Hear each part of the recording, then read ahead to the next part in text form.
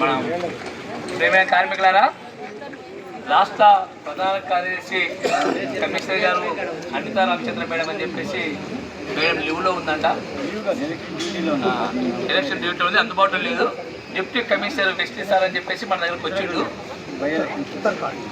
మన సారు మనకి సంబంధించి వచ్చిండు డిప్యూటీ కమిషనర్. మనం సారు ముందు 12 డిమాండ్లు పెడుతున్నాము.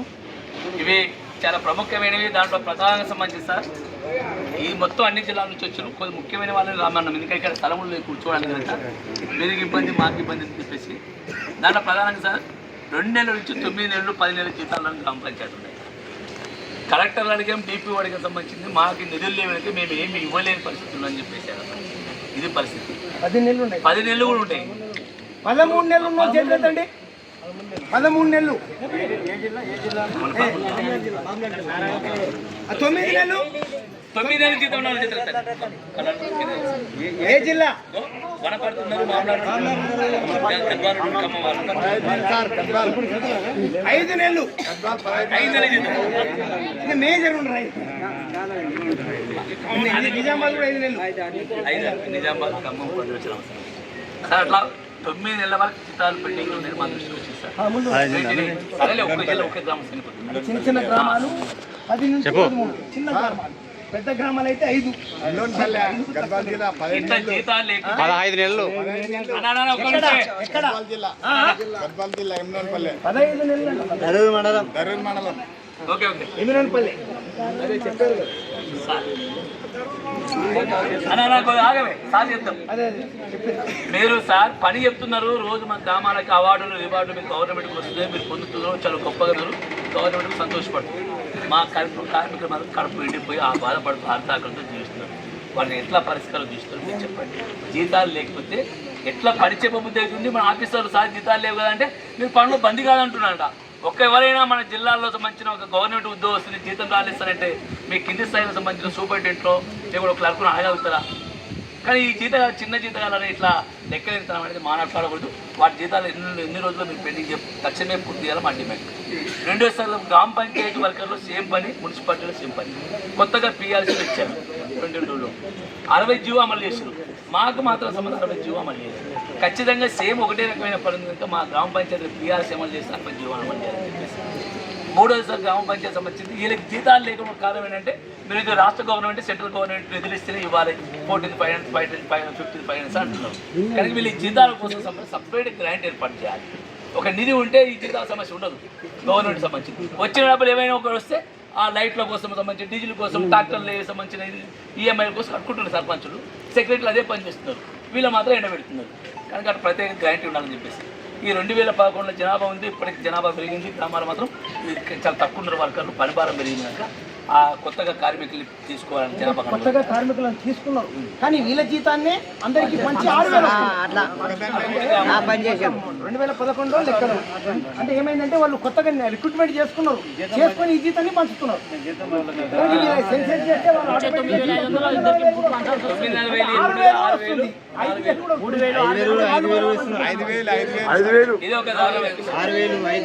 అలాగే మల్టీపర్పస్ జీవో ఉంది, మంచిది. గాడిని గుర్రాన్ని ఒక దగ్గర కట్టేసాను. అంటే ఒక రకమైన స్కిల్ అన్స్కిల్ ఉండాలి. మున్సిపాలిటీ ప్రకారం సంబంధించి ఆ 3 కేటగిరీల జీతాలు ఇవ్వాలండి. చదువు రాని చదువు రాకుండా జీతం ఉంటుంది, చదువు వచ్చి చదువు పనిని బట్టి ఆ కేటగిరీలు అమలు చేయాలని మనం డిమాండ్ చేస్తున్నాం సార్.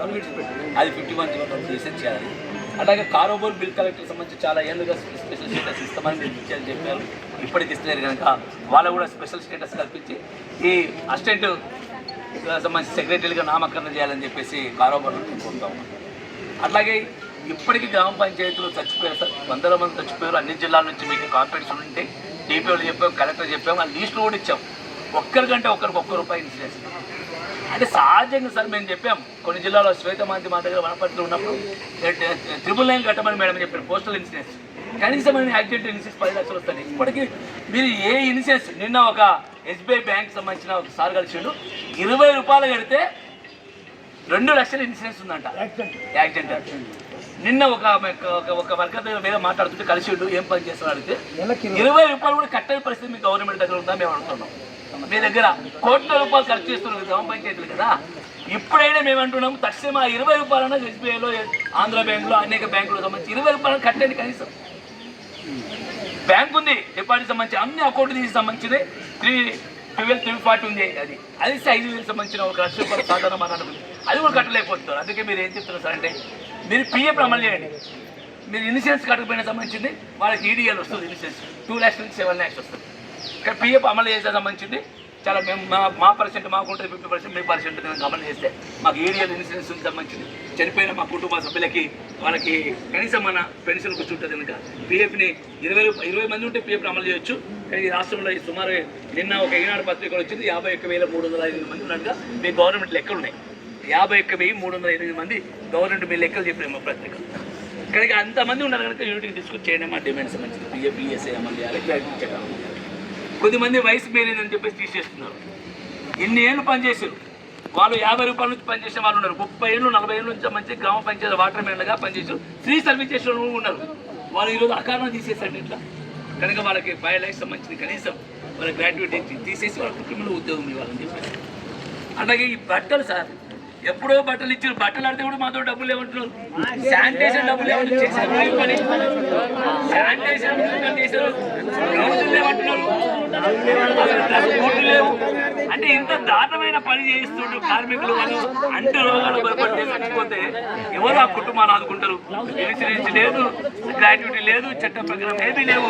అనాథలైపోయిన కుటుంబాలు ఇంకా మరి ఈ రాష్ట్రంలో ఉన్న వాళ్ళ అనాథలు చేయకుండా ఈ శానిటైజర్ సంబంధించిన వస్తువులు అందరూ ప్రతి నెల సెక్రటరీ ఏమంటారు అడిగితే నీవు దుకాణం తెచ్చుకోకపోయి పైసలు ఇస్తా అంటాడు. ఆయన దుకాణానికి ఇవ్వడు, మన జీతం వచ్చి కట్టుకోవాలి. అందుకే మీరు స్ట్రిక్ట్గా ఆర్డర్స్ ఇచ్చి ఎవరైతే సెక్రటరీలు ఇవ్వలేదో వాళ్ళ మీద యాక్షన్ తీసుకున్నట్టు ఉండాలి. మీరు అట్లా సంబంధించి 3 జతల యూనిఫామ్లు, చెప్పులు, సబ్బులు, నూనెలు సంబంధించి వాళ్ళు అదే తెలిసి వాళ్ళకి లాస్ట్ డిమాండ్ అక్రమ తొలగింపులు చేస్తామని భయపెట్టి సంబంధించింది. మీరు వద్దుపోయి పని చేసేసి వేరే వాళ్ళు ఎవరైనా పని చేస్తారని తప్పుడు మాట్లాడుతున్నారు. ఈ తప్పుడు మాటలు విరమించుకొని అక్రమ తొలగింపులు ఆపేసి వీరందరూ కూడా సంబంధించింది అదొకటి. వీళ్ళందరూ రోజు 8 గంటలు పని చేయాలి. కొంతమంది ఎంపీఓలకి ఎంఈఓలకి చట్టం తెలుసు, చదువుకున్నారు. వాళ్ళు ఎట్లా ఎంపీలో ఎంపీడీఓలు తెలియదు కాదు. మీరు 12 గంటలు పని చేయాలి. ఉదయం 6 గంటల నుంచి సాయంత్రం 6 గంటలు అంటారు. ఎట్లా సాధ్యం అది? వాళ్ళు చదువుకున్నారా నాకేం అర్థం కాదు. మీరు ఎట్లా ప్రమోషన్ ఇచ్చారో మాకేం తెలియదు. కనుక మీరు స్ట్రిక్ట్గా ఇన్స్ట్రక్షన్స్ ఇవ్వాలి సార్. వాళ్ళతో రోజు 8 గంటలు పని చేయించాలా. వాళ్ళకి సండే వచ్చిందో సెలవు ఇవ్వాలి. ఒక్కొక్క సెక్రటరీ అయితే వాళ్ళకి మోకాల ఉందో మాకు తెలియదు మాకు, కానీ సండే కూడా పని చేయమంటారట. వీళ్ళు మనసులు కదా.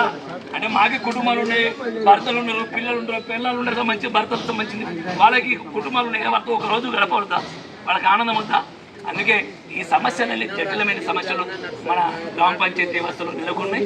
కనుక ఇప్పటికే మేము అనేక సార్లు కలిసి మా రాష్ట్ర నాయకులు కలిసిపోయిన ముఖ్యమైన నాయకులు పరిష్కరించిన ఏళ్ళ సాధ్యంగా ఇప్పటికీ కూడా మొరబెట్టుకున్న పరిష్కరించిన కాలంలో మేము ఖచ్చితంగా అన్ని జిల్లాల నుంచి ముఖ్యమైన వాళ్ళు రాబడి కనుక అందరికీ వీటిని 12 డిమాండ్లని పరిష్కరించడం కోసం త్వరలోనే ఎట్లాంటి చర్యలు తీసుకుంటారని చెప్పేసి తెలియాల్సిందిగా కోరుకుంటూ